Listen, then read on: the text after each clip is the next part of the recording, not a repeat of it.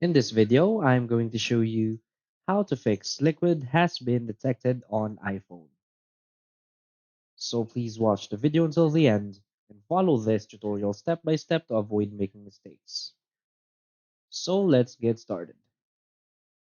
So if in any case you're trying to charge your phone and receive the message that charging is not available and liquid has been detected in the lightning connector, this means that liquid has gone into your iPhone. So maybe you have dropped your phone somewhere with water and that the water or liquid has gone into your phone. So to fix this, what you want to do is to dry your iPhone. So simply tap your iPhone gently against your hand with the connector facing down to remove excess liquid and leave your iPhone in a dry area with some airflow. After at least 30 minutes, try charging with a Lightning or USB-C cable or connecting an accessory.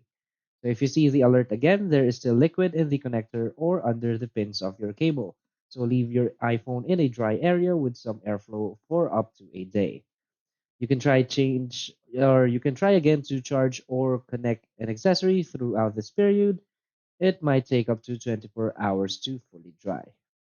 So if your phone has dried out but still isn't charging, unplug the cable from the adapter and unplug the adapter from the wall and then connect them again.